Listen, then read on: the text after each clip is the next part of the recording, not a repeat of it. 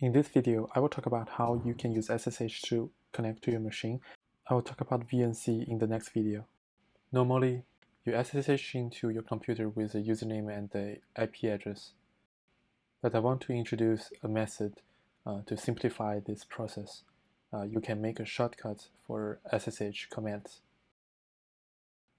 Here I have a folder with some SSH shortcuts. So I'm going to show you the content of SSH Pi. So it's basically SSH username at the IP address. So I will do the same thing for my new Raspberry Pi. We will call it SSH Pi 3.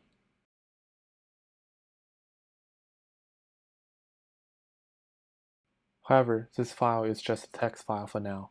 We have to change its permission to make it executable.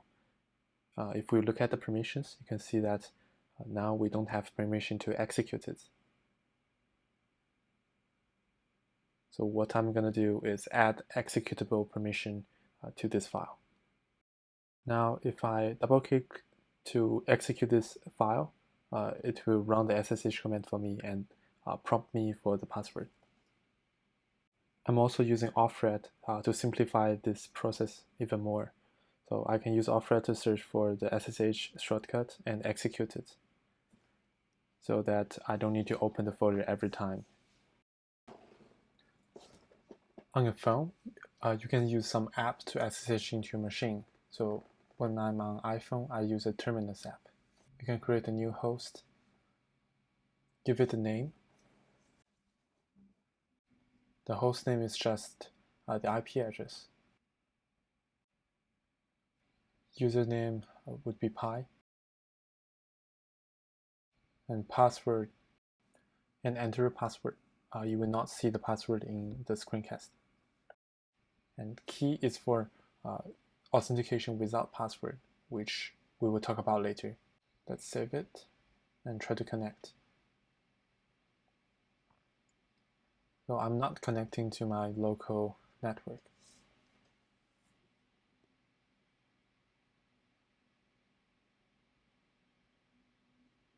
Okay, we're connected and we're in the Raspberry Pi. Next, I will talk about how you can SSH into your computer from external network. So if you're outside and not connected to your Wi-Fi, how can you SSH into your machine? Now I'm in my router setting, port mapping configuration. The name of setting on different routers is different, so it's also called virtual server. Basically, what I'm doing is mapping a port on the virtual server to my computer. So I will click New Application and select SSH. It's going to use the default preset for SSH. Mapping name can be anything. I will call it SSH Pi. The internal host is a computer you want to SSH into from external network. The internal port number is the SSH port of your computer. By default, it should be 22, but if you change your port number, you need to use the same port here. And for external port, I will use another port because port 22 is not available.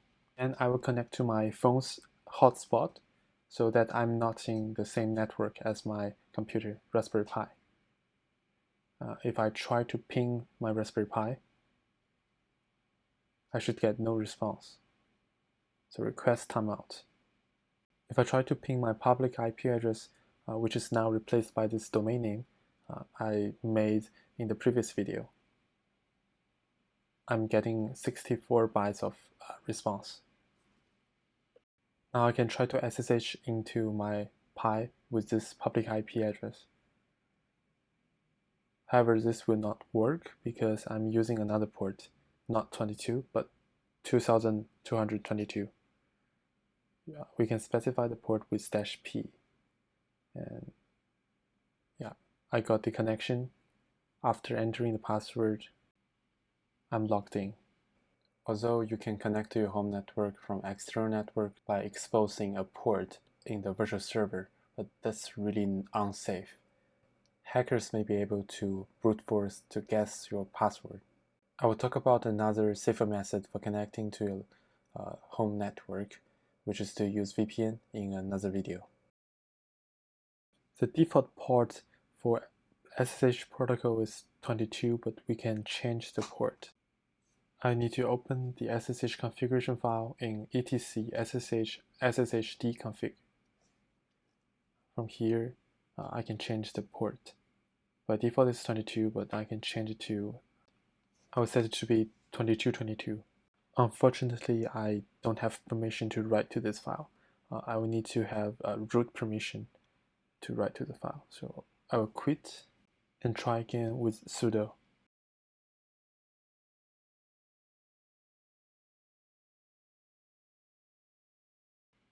Then I need to restart the SSH service.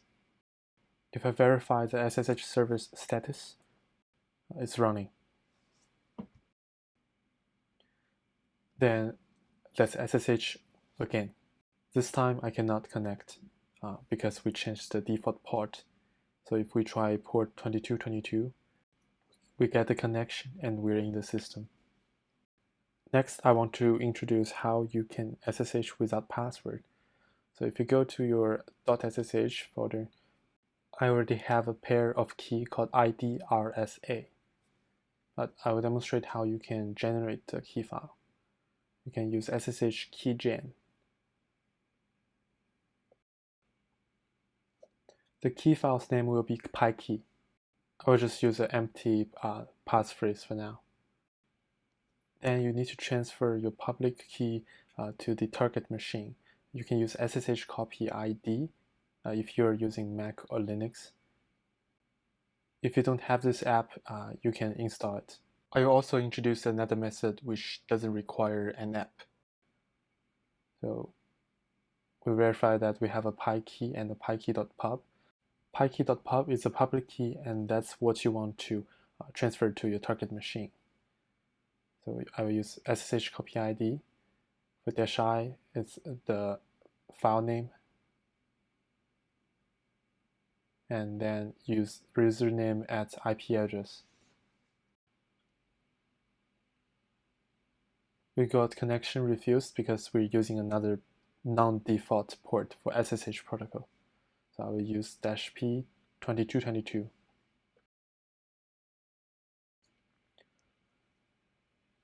After entering the password, the public key should be transferred to the target machine, and we can use the same command to SSH into the machine. But we still need to use our password because we need to change the SSH configuration again.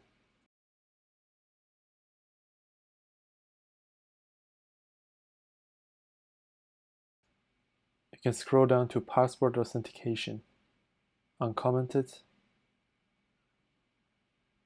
and change it to no. So now we disallow password authentication. Instead, we always use a key file. Let's restart the SSH service. We will open another session, keeping this one in case the key doesn't work and we will not be able to SSH into the system again. So now if we try SSH command again,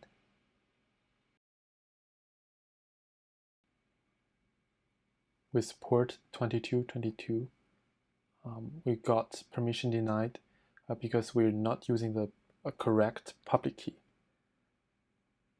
We need to specify the key name, which is PyKey. So this time we're using PyKey instead of PyKey.pub. When we try to connect to a target, we use private key. I'm logged in. However, specifying the port number and the key file every time is also kind of complicated. So instead, I will try to use the default key, IDRSA. Now, let me change the port number back to 22. Restart the service. And let's copy the public file to the target machine. We can use this method if you don't have SSH copy ID. So you copy the content of public key, go to the target machine, go to home.ssh. Here we already have a file called authorized keys. that's created by the SSH copy ID. And this is the Pi key, the public key of Pi key. So let's remove it first, create another one.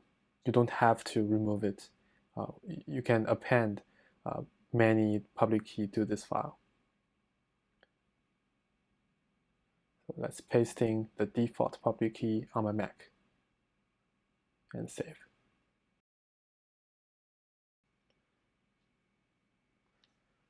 Now we should be able to log into Raspberry Pi from my Mac without a password using the default key. Yeah, we are logged in. It's using the default ID RSA private key. I took some notes for all the procedures. I will put the link in the description. Now let's try to SSH to Raspberry Pi with the phone and the private key.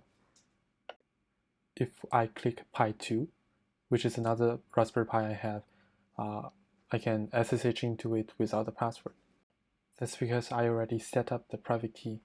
Since I already disabled password authentication, we cannot SSH to Pi 3 with a password. Let's edit Pi 3. So if you open key, I have two keys here. One is generated on this iPhone. The other one is Mac private key. I copied from my MacBook. Since I already copied the public key of my Mac to the Raspberry Pi, I will simply use the Mac key. You can click the plus button to add some key or generate key. The one I used was paste key to paste from my Mac. Notice that the key I'm talking about is private key, not public key, because you're using this key to SSH into the target. So if I try to connect to Pi 3 again, I should be able to SSH without a password. Lastly, I'll talk about how to use SSH on Windows. So if you open Setting, search for App and Features, and Optional Features. You can see that I have OpenSSH client and server installed. So I can use SSH on my Windows, and I can also SSH into my Windows machine. If you don't have it installed already, you can go to Add a Feature and install it from there. Then in a PowerShell, you can run SSH, but it shouldn't work because we didn't add the public key of Windows to the Raspberry Pi.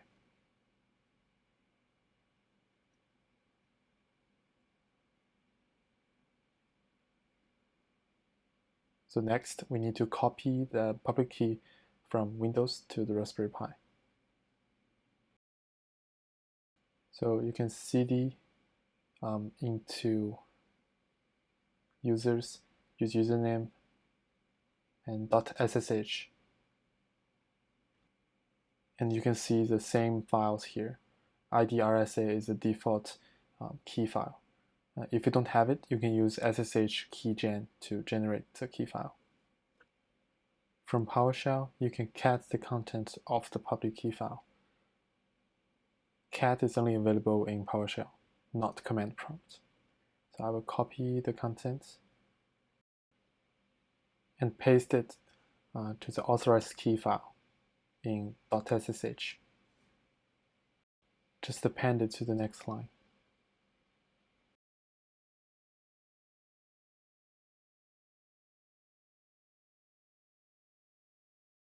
Let's try to SSH again, and yeah, we can SSH without using the password.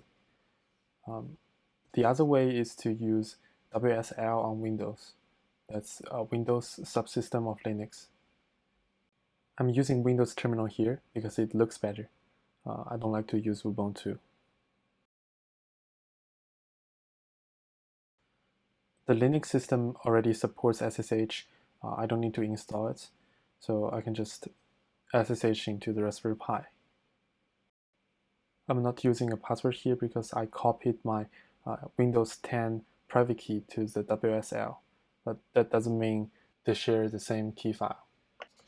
Since SSH server is also installed on my Windows 10 machine, so I can SSH into my Windows machine.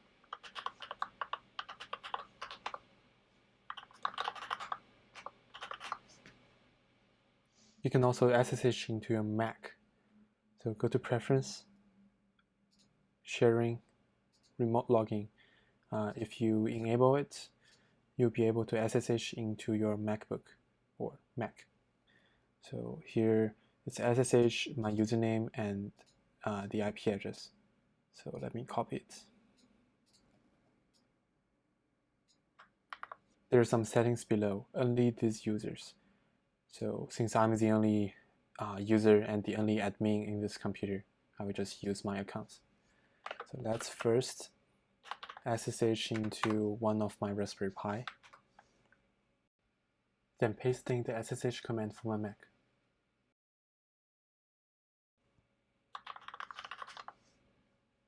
Yeah, and we're in my Mac.